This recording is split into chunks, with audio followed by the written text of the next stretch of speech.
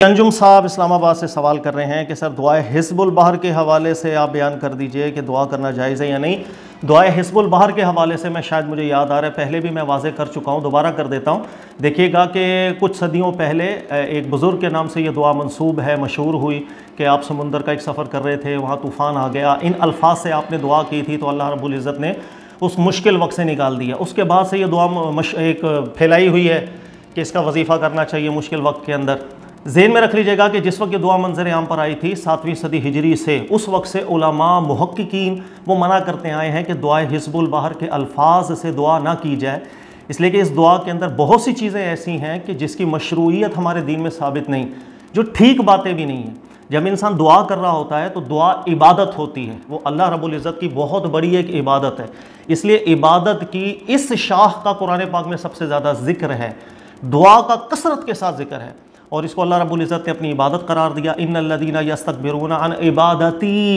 इसी तरह रसूलुल्लाह सल्लल्लाहु अलैहि वसल्लम ने भी इरशाद फरमाया इन्नमा दुआ हुवल इबादा। इबादत का जहाँ तक ताल्लुक़ होता है उसके अंदर बग़ैर हर वो चीज़ जिसकी मशरूइयत साबित नहीं होती है, ऐसी कोई भी चीज़, कोई भी अमल करने नहीं चाहिए। जैसे नमाज में किसी तरह की हम ज़्यादती कर दें, कमी कर दें, रोज़े में ज़्यादती कर दें, कमी कर दें, इसकी इजाज़त नहीं है।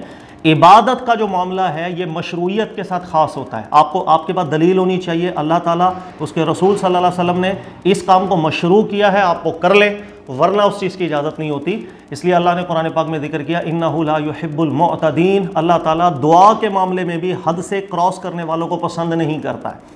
ये जो दुआ है इसके अंदर अब दो नज़रिए आपके सामने आ जाएंगे। या तो 7वीं सदी हिजरी से अगर आप मुहक्किकीन उलमा को पढ़ें, ख़ास तौर पर फ़िक़्ह हम्बली के मुहक्किकीन उलमा जिन्होंने अहले जो सूफियात थे, अहले तसव्वुफ़, इनके नाम से जो गलत बातें बहुत ज़्यादा मशहूर होने लग गई, उस पर बहुत गिरफ्त की थी। इस चीज़ में फ़िक़्ह हम्बली के जो उलमा रहे हैं इनका बहुत कंट्रीब्यूशन रहा है। आप वो रसाइल पढ़ लें, ख़ास तौर पर शेखुल इस्लाम इब्न तैमिया साहब का, उन्होंने भी पूरा रिसाला लिखा है इस दुआए हिज़्बुल बहर के हवाले से। फिर आप जायज़ा ले लें, आपको जो बात ठीक लगे आप वो कर लें। अगर आपको लगता है कि ये जो एतराज़ात इस दुआ के अंदर आए हैं ये एतराज़ात माकूल हैं, इस दुआ का वजीफ़ा छोड़ दें। और अगर आपको लगता है ये फजूल के एतराज़ात हैं और आपके पास माकूल दलील है इन चीज़ों को ठीक साबित करने के लिए, तो आप इस दुआ का वजीफ़ा कर लें। मैं इतनी सी बात कह सकता हूँ। अब वो चीदा एतराज़ात में जिक्र कर देता हूँ। नंबर 1 याद रखिएगा कि इस दुआ के अंदर हिज़्बुल बहर में सबसे बड़ा ऐप तो यह है कि कुरान पाक की आयत को ठीक तरीके से लिखा हुआ नहीं है। अगर आप इसी दुआ को पढ़ेंगे तो इसमें जिक्र आएगा लक़द फ़क़दिब्तुलियल मुअमिनूना वज़ुल्ज़िलू ज़िल्ज़ालन शदीदा व इज़ यक़ूलुल मुनाफ़िक़ून। ये पूरी कुरान की आयत लिखी गई है, लेकिन सूरह अहज़ाब में आप खुद पढ़ लीजिएगा ये आयत इस तरह नहीं है। हुनालिकब्तुलियल मुअमिनूना वज़ुल्ज़िलू ज़िल्ज़ालन शदीदा, यहाँ कुरान पाक की एक आयत में भी एक लफ्ज़ की कमी बेशी है। सबसे बड़ा इतराज़ तो ये होता है कि कुरान की आयत तो ठीक तरीके से लिखी जानी चाहिए। अब यहाँ पर तावीलें करते फिरेंगे नहीं, हुनालिका के लफ्ज़ की जगह फ़क़द जो डाला है, ये फ़क़द आयत के साथ का हिस्सा नहीं है, अलग से हिस्सा है। अगर आपका इस तावील पे दिल मुतमईन होता है तो आप इसको वजीफ़ा कर लीजिएगा, वरना ना कीजिएगा। दूसरा एतराज़ इसी दुआ हिज़्बुल बहर के अंदर जो आता है, इसमें एक लफ्ज़ है व इल्मु का बिहस्बी, अल्लाह तेरा इल्म मुझे काफ़ी है। ये जो जुमला है याद रख लीजिएगा, हमारे दीन में न कुरान से या रसूलुल्लाह सल्लल्लाहु अलैहि वसल्लम की किसी भी सुन्नत या हदीस से साबित नहीं है। ज़हन में रख लीजिएगा कि हमारे दीन में इसकी नफ़ी मौजूद है। ये इसराइली रिवायत है एक कि हज़रत इब्राहीम अलैहिस्सलाम को जिस वक्त आग में डाला जा रहा था तो उस वक्त एक फ़रिश्ते ने आकर आपसे कुछ बात की, तो हज़रत इब्राहीम अलैहिस्सलाम ने अल्लाह से दुआ नहीं की थी और आपने फरमाया था हज़रत इब्राहीम अलैहिस्सलाम ने इल्मु का बिहस्बी, अल्लाह का इल्म मुझे काफ़ी है। इसके मुकाबले में रसूलुल्लाह सल्लल्लाहु अलैहि वसल्लम से जो चीज़ साबित है, अल्लाह के नबी अलैहिस्सलाम ने फरमाया था कि इल्मु का बिहस्बी, इब्राहीम अलैहिस्सलाम ने नहीं फरमाया था हस्बुनल्लाह, अल्लाह मुझे काफ़ी है, ये जुमला इरशाद फरमाया था। लिहाजा ये इसराइली जो रिवायत है उससे माखूज जुमला है इल्मु का भी हस्बी। इस पर भी उलमा गिरफ्त करते हैं कि ये जुमला हमारे दीन के अंदर इसकी मशरूइयत है ही नहीं, लिहाजा इस चीज़ से, इन लफ्ज़ों से दुआ ना की जाए।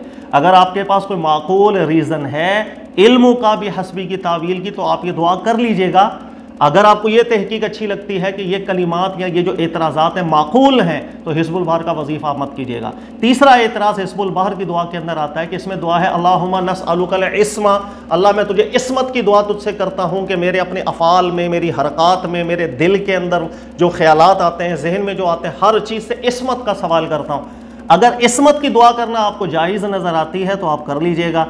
आपको कोई माकूल कोई इसकी तावील या माकूल रीज़न आपके पास हो तो ठीक है, वरना इस्मत की दुआएं करने की हमारे दीन में इजाज़त नहीं है कि मैं अल्लाह से दुआ करूं कि अल्लाह तो मुझे मासूम बना दे और मुझे नाकाबिल ख़ता बना दे, मुझसे ख़ता करना मुमकिन ही ना हो। बात वही है, यहाँ पे तावीलें करनी पड़ेंगी और अवामुन नास में से किस किस को समझाएंगे कि इस कलीमे से ये मुराद ना लेना, इस कलीमे से ये मुराद ना लेना, कुरान की आयत गलत कोट की गई है, वहाँ ये मुराद ना लेना, वहाँ ये कर लेना। इतना अवामुन नास को कहाँ सिखाया जाता है। इसी तरह चौथा एतराज़ इस दुआ के अंदर ये होता है कि इस दुआ के अंदर हुरूफ मुक़त्तआत का जिक्र है। मसलन दुआ करते हुए अल्लाह हामीम हामीम हामीम हामीम आइन सीन क़ाफ, हुरूफ मुक़त्तआत का दुआ में इस्तेमाल करना, इसकी मशरूइयत हमारे दीन में बिल्कुल साबित नहीं है। ना ही अल्लाह ने कुरान पाक में किसी नबी की किसी दुआ का इस तरह जिक्र किया, ना पूरी हयात तय्यबा रसूलुल्लाह सल्लल्लाहु अलैहि वसल्लम ने अपनी किसी दुआ में हुरूफ मुक़त्तआत का इस्तेमाल किया है। लिहाजा दुआ इबादत है, इबादत में मशरूइयत के बगैर कदम नहीं रखना चाहिए, वरना ये बहुत बड़ा बिदअत का दरवाज़ा खोल देता है। इस दुआ हिज़्बुल बहर में हुरूफ मुक़त्तआत का कसरत से इस्तेमाल है, इसकी मशरूइयत हमारे दीन में है ही नहीं। अगर आपके पास कोई माकूल रीजंस हैं तो आप दुआ कर लीजिएगा, मैं कौन होता हूँ मना करने वाला। लेकिन ये बहुत वैलिड एतराज़ात हैं जो मुहक्किकीन उलमा करके जा चुके हैं, इसलिए इसका वजीफ़ा करने की इजाज़त नहीं होती। फिर इसके अंदर एक बहुत बड़ा एतराज़ आता है कि इस दुआ के अंदर एक लफ्ज़ है वमसखुम, अल्लाह ताला मेरे दुश्मनों को मस्ख कर दे, चेहरा बिगाड़ दे, सुअर बना दे, उनको बंदर बना दे। ऐसे मस्क की दुआएं करने की कहाँ इजाज़त है। ना अल्लाह ताला ने कभी इस दुआओं की तरगीब दी, ना रसूलुल्लाह सल्लल्लाहु अलैहि वसल्लम ने ऐसी दुआओं का हमें हुक्म इरशाद फरमाया कि अपने दुश्मनों के लिए अल्लाह उन्हें बंदर बना दे, उनके चेहरे मस्क कर दे, इस तरह की दुआएं हम करें। तो ये बात ज़हन में रखिएगा। ये चीदा मैंने चंद एतराज़ात आपको बताए हैं, ये बहुत माकूल एतराज़ात हैं। अगर आपके पास इन एतराज़ात के माकूल जवाबात हों, आपको समझ में आ रही हो, आपका दिल मुतमईन हो रहा हो, आप इसका वजीफ़ा कर लीजिएगा, इन लफ्ज़ों से दुआ कर लीजिएगा। इसमें एक और भी एतराज़ है, बहुत से एतराज़ हैं जो ज़हन में आ रहे हैं, वो बता रहा हूँ कि मुझे अगर मुश्किल है, मसलन मेरे घर में कोई बीमार है, मैंने अल्लाह से दुआ करनी है कि अल्लाह ताला मेरे बीमार को शिफा दे दे। इस दुआ के अंदर जिक्र है कि सख्खिर लना हाज़ल बहर, अल्लाह ताला ये समुंदर मेरे काबू में कर दे।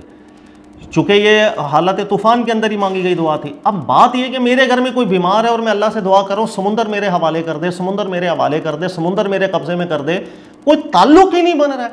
मुझे जो परेशानी है मैंने उस हवाले से अल्लाह रब्बुल इज़्ज़त की बारगाह में अर्ज़ियाँ करनी है, या मैं मसला कोई और अल्लाह से मैं दुआ करता चलूँ अल्लाह समुंदर मेरे हवाले कर दे। फिर मज़ीद एतराज़ात भी हैं कि अल्लाह आसमानों के ऊपर भी जो तेरे समुंदर हैं वो भी मेरे हवाले कर दे। अब आसमानों के ऊपर कौन से समुंदर हैं जो कुरान ने जिक्र किए हों या रसूलुल्लाह सल्लल्लाहु अलैहि वसल्लम ने इरशाद फरमाए हों कि आसमानों के ऊपर भी बहुत से समुंदर हैं, वो हमारे हवाले कर दे। तो कहने का मकसद कि इस दुआ में बहुत से एतराज़ात हैं जिस पर उलमा मुहक्किकीन रसाइल लिख के जा चुके हैं। और सबसे बड़ा, अगर आप शेखुल इस्लाम इब्न तैमिया साहब का रिसाला पढ़ें इंसाफ के साथ, ये जितने एतराज़ात हैं इनको तवज्जो के साथ सुने, तवज्जो के साथ देखें, फिर आप देखें कि इसमें कोई माकूल आपके पास तावील मौजूद है, आपका दिल मुतमईन हो रहा है, आप इसका वजीफ़ा कर लीजिए। नहीं दिल मुतमईन हो रहा तो इससे दुआ मत कीजिए।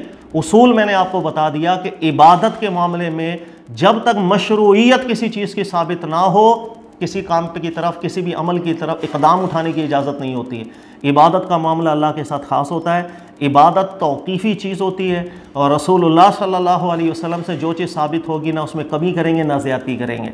बिल्कुल तौक़ीफ़ी मामला होता है इबादत का, और इनमें से किसी भी चीज़ की मशरूइयत हमारे दीन में बनती नहीं है। अल्लाह ताला समझने की तौफ़ीक दे अंजुम साहब। और बात सिर्फ ये है कि इससे इंसान किसी अल्लाह के नेक बंदे से बदजन होने वाली बात नहीं। बहुत सी चीज़ें तसव्वुफ़ की राह में मंसूब हैं बड़े बड़े अकाबिरीन की तरफ, जिसको आप सोच भी नहीं सकते हैं कि वो मशहूर इतनी होती हैं, लेकिन पीछे तहकीक करें उसकी असल ही कोई नहीं बन रही होती। इस पर अभी मैं सिलसिला शुरू करने वाला हूँ। ये रबीउल सानी के दिन भी अभी शुरू हो रहे हैं, तो मैं इंशाअल्लाह ताला इस पर अभी कुछ तसव्वुफ़ के हवाले से जो बड़े बड़े नज़रियात हैं जो फैले हुए हैं लेकिन उसकी असल हमारे दीन में कोई नहीं बनती, शुरू से उलमा वाज़े करते हुए आ रहे हैं, लेकिन हम तवज्जो नहीं करते।